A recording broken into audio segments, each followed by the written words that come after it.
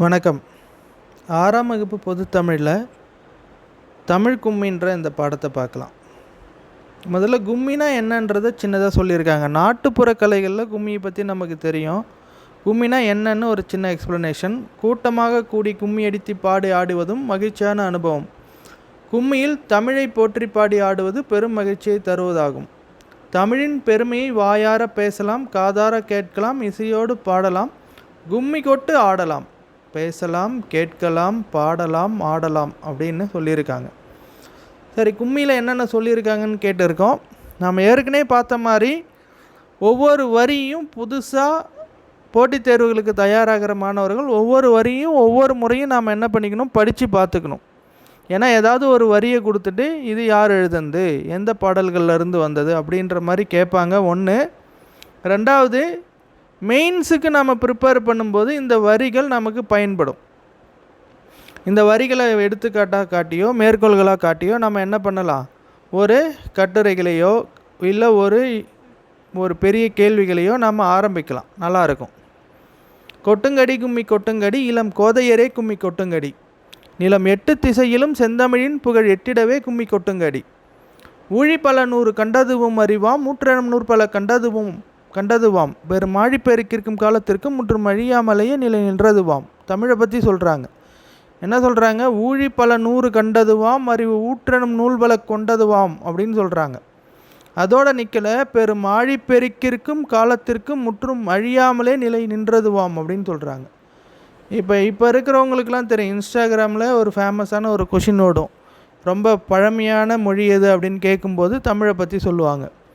பொய்யகற்றும் உள்ள பூட்டருக்கும் அன்பு பூண்டவரின் இன்ப பாட்டிருக்கும், உயிர்மை புகட்டும் மரமேன்மை கிட்டும் இந்த மேதினி வாழ்வழி காட்டிருக்கும் அப்படின்னு சொல்லியிருக்காங்க. யார் எழுதுனதுன்றதையும் நம்ம தெரிஞ்சுக்கணும். பெருஞ்சித்தனார் ஐயா அவர்கள் எழுதியிருக்காங்க.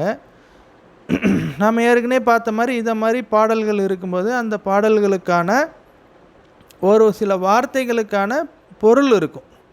ஆழிப்பெருக்குனா என்ன? கடல்கோள்னு சொல்கிறாங்க. கடல்கோள்களால் பழைய மதுரை அழிந்தது அப்படின்னு சொல்லுவாங்க. மேதினி அப்படின்றது உலகம் அப்படின்னு சொல்லியிருக்காங்க. ரொம்ப முக்கியமான வார்த்தைகள் இதெல்லாம். இது தொடர்ந்து எல்லா பாடப்பகுதிகளிலும் இருக்கிற இந்த விஷயங்களை நம்ம தெரிஞ்சு வச்சுருக்கணும். ஊழி அப்படின்றது காலத்தை குறிக்கிறது. மணி நேரம் அப்படின்னும் இல்லைங்களா, அது மாதிரி ஒரு மணி, ஒரு நாள், ஒரு வாரம், ஒரு மாதம் அப்படின்ற மாதிரி ஒரு நீண்டதொரு காலப்பகுதி ஊழி. உள்ளப்பூட்டு அப்படின்றது உள்ளத்தின் அறியாமை. அறியாமையும் நீங்கள் என்ன பண்ணலாம், தமிழ் பாடங்களை படிக்கும்பொழுது, தமிழை படிக்கும்பொழுது தெரியும் அப்படின்னு சொல்கிறாங்க. இன்னொன்று என்ன சொல்லலாம்னா, நீங்கள் தாய்மொழியில் கற்கும்பொழுது தான் உங்களுடைய புரிதல் எளிதாக இருக்கும் அப்படின்னு சொல்கிறாங்க. விளக்கங்களையும் நாம் பார்த்துக்கணும்.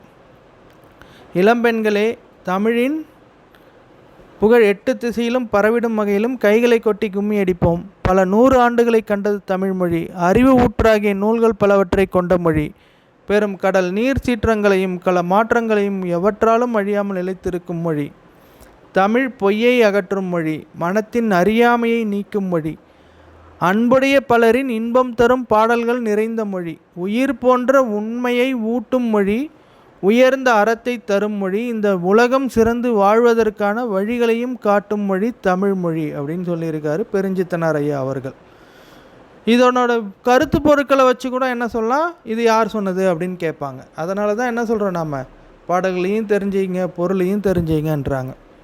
யார் சொல்லியிருக்காங்க? பெருஞ்சித்தனார் ஐயா அவர்கள். அவரோட உயர்பெயர் மாணிக்கம். இவர் பாவலேறு எனும் சிறப்பு பெயராலும் அழைக்கப்படுகிறார். பாவலேறு பெருஞ்சித்தனார் அப்படின்னு சொல்லுவாங்க. என்னென்ன பாடல்கள் பாடியிருக்காரு? கனிச்சாறு, கொய்யாக்கனி, பாவிய கொத்து, நூறாசிரியம், இதை மாதிரி பல நூல்களை ஏற்றியிருக்கிறாரு. தேன்மொழி, தமிழ்ச்சிட்டு, தமிழ்நிலம் ஆகிய இதழ்களை நடத்தினார். இதழ்கள் ரொம்ப முக்கியமான விஷயங்கள். தனித்தமிழையும் தமிழோனமையும் பரப்பிய பாவலர் அவர்கள். தனித்தமிழ் இயக்கம் அப்படின்னு ஒன்று சொல்லுவாங்க. தூய தமிழில் பேசுங்க, சின்ன சின்ன வார்த்தைகளை தமிழில் பேசுங்க அப்படின்னு இவர் அறிவுறுத்தி இவரை தொடர்ந்து பலரும் அதே வழிமுறைகளை பயன்படுத்திக்கிட்டு வராங்க. தூய தமிழில் அதுக்காக ரொம்ப இலக்கிய நடையோ இலக்கண நடையிலையோ கிடையாது, அனைத்திற்கும் பேச்சு வாக்குலேயும் உங்களுக்கான தமிழ் வார்த்தைகள் இருக்குது அப்படின்றத சொல்லி தனித்தமிழ் இயக்கம் நடத்தியவர். கனிச்சாறு நூலில் இடம்பெற்றுள்ள இந்நூல் 8 தொகுதிகளாக வெளிவந்துள்ளது. இது தமிழ் உணர்வு நிறைந்த பாடல்களை கொண்டது. நமக்கே தெரியும் இப்போலாம் வந்து தமிழ்நாடு அரசு போட்டித் தேர்வுகள் ரொம்ப டஃப் ஆகிட்டே வருது. இதை மாதிரி சின்ன சின்ன விஷயங்களையும் ஞாபகம் வச்சுக்கணும். சனிச்சாறு அப்படின்றது எத்தனை தொகுதிகளாக வந்திருக்குது அப்படின்னு ஞாபகம் வச்சுக்கணும். இந்த புத்தகங்களை வந்து நமக்கு தொகுத்து கொடுத்துருக்கிறது ஆட்சியர் கல்வி அப்படின்றவங்க தான். அவங்களுக்கு இந்த நேரத்தில் நன்றியை தெரிவித்துக் கொள்கிறேன். நன்றி ஐயா. சரி, அதுக்கப்புறம் இது பின்னாடி இருக்கிறது நம்ம ஏற்கனவே முதல் பாடத்தில் பார்த்த மாதிரி இந்த பாடத்துலேயும் ஒரு சில கவிதைகள் இருக்குது. அதையும் படிச்சிங்கன்னு சொல்கிறாங்க. வான் தோன்றி வழி தோன்றி நெருப்பு தோன்றி. வான்னா என்ன, வழினா என்ன, நெருப்புனா என்னன்னு தெரியும். மண் தோன்றி மழை தோன்றி மலைகள் தோன்றி. ஊன் தோன்றி உயிர் தோன்றி உணர்வு தோன்றி. ஒளி தோன்றி ஒளி தோன்றி வாழ்ந்த அந்நாள் தேன் தோன்றியது போல மக்கள் நாவில் செந்தமிழே. தேன் எப்படி இனிக்குமோ அதை மாதிரி மக்கள் நாவில் வர தமிழ் வந்து இனிக்கும் அப்படின்னு சொல்கிறாங்க. செந்தமிழே நீ தோன்றி வளர்ந்தாய் வாழி அப்படின்ட்டு வாணிதாசன் அவர்கள் எழுதியிருக்காங்க. வாணிதாசன் நாம் ஏற்கனவே பார்த்த மாதிரி வாணிதாசன் ஐயாவை பற்றியும் தெரிஞ்சு வச்சுக்கணும். ஓகேங்களா? புத்தகத்துக்கு பின்னாடி இருக்கிற செய்திகளை படிச்சிங்க. அடுத்து நாம் உரைநடை பாடங்களை பார்ப்போம்.